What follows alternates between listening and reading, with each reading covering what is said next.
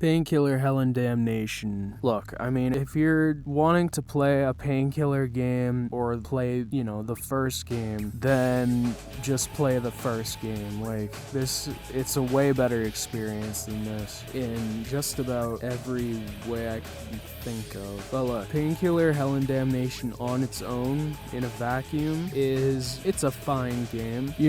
All the weapons feel fine. The levels are, they're just original Painkiller levels, so the combat plays pretty well, I guess. It's a fine game on its own in a vacuum. But look, there are a lot of things that could be better. First things first, the way that this game plays is not necessarily the greatest, and I assume it's because it's on Unreal Engine this time instead of the Painkiller engine. So there's things like, the bunny hop physics feeling strange. You can't bunny hop up the stairs like you used to in the original game. The way that bunny hop sort of works is off. Like, it feels like he's heavier than he's meant to be. And then, Painkiller's always been kind of, janky with the hitboxes, just a little bit off. But this game especially, it's like the hitboxes are like anemic.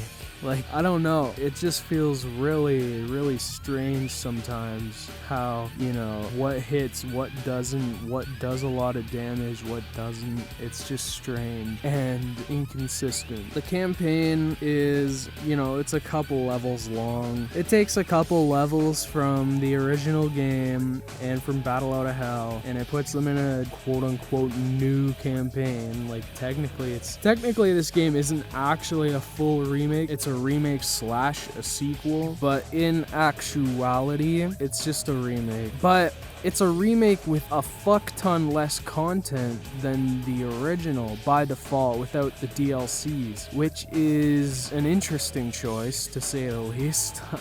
Yeah, so many missing levels, Even with the DLC, there's missing levels. So it's just like, alright, like, what did you do that for? If you're gonna remake a game, you're probably gonna want to have at least as much content as the original game. No? Alright, RE3 remake. This game's main campaign is only like 2.5, I beat it in 2.5 hours when I played it here. I beat it in one sitting, actually. But I don't believe it's that long if you're just playing it normal for the first time. Playing it normal for the first time, it's, I don't know, maybe 4 hours, 5 hours, maybe. And then with the DLC, all in all, you probably have, I don't know, like 10 or so hours of gameplay here, which is fine, I guess, but surely we can do better than that, right? I don't know. That's only like a little bit longer than like the original game is, so. But then this game also has like, a multiplayer mode, which is improved because it has like co-op shit out of the box. It has survival maps. It has, that's it. It has deathmatch, co-op, and survival maps. I've never played the deathmatch because this game I've never even tried to. But the co-op's fun. It's like Serious Sam a bit, and the survival maps are alright, I guess. There's a new weapon in this game too. It's like the soul catcher one. It's, I don't know, it's frankly just kind of whatever. Like, it's cool there's a new weapon, but in actuality, it just like launches saws that kind of sometimes go through people. Sometimes, like, it's very inconsistent. Hacks off limbs, but the main feature of it is the soul catcher, where you can like either suck souls out of demons or like collect souls from distances with this. I don't know, that feature's kind of cool. Once you have enough souls sucked into it, you can like right click and shoot at the same time to fucking possess an enemy and they start fighting for you. It's okay, it's kind of cool, but that feature, honestly, this weapon really is just like the soul gun for getting the souls when there's a whole fuck ton.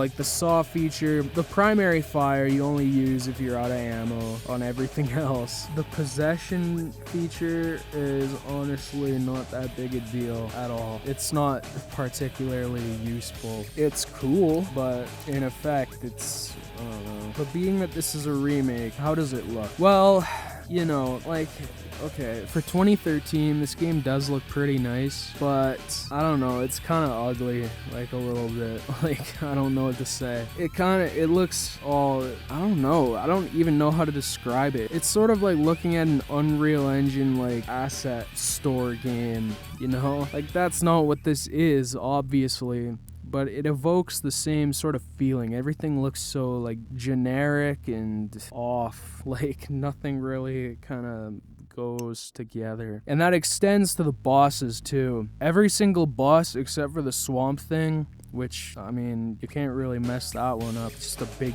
blob of goo. But every boss, like Alistair and the Necro Giant, and that's it.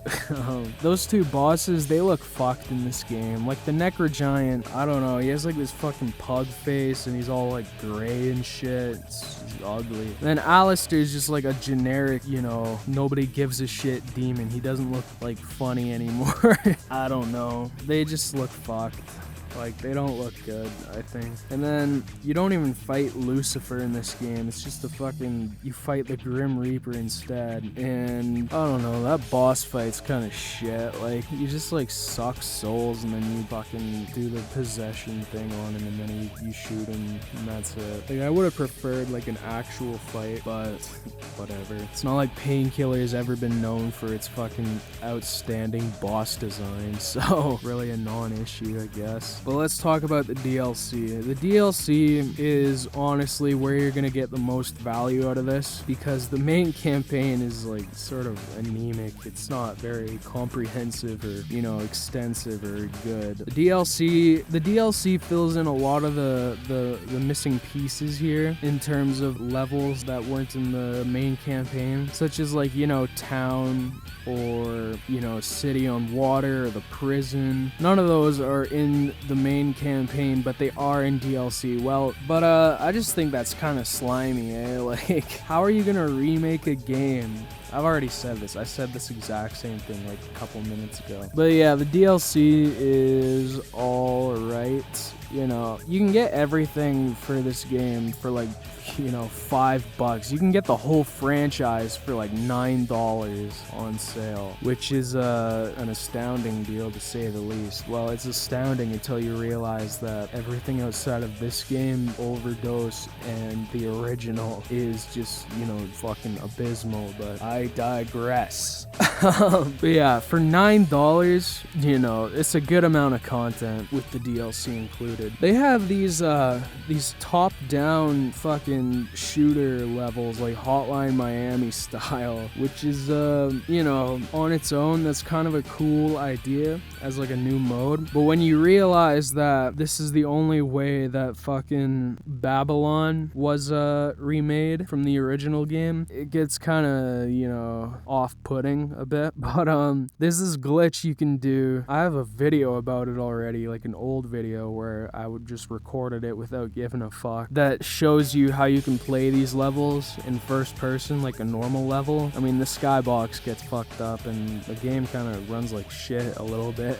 I assume because you're not meant to be fucking looking at it from this angle. But, you know, it works if you really, really want to play these levels in first person as God intended. Another thing is, you know, John St. John voices Daniel in this game, which, I don't know, I guess John St. John is just like the guy you call on when your disgraced classic franchise is making a comeback. Like, he went from Duke Nukem to Postal to this, to Painkiller. You know, like, I guess it is just because he's the voice of Duke Nukem.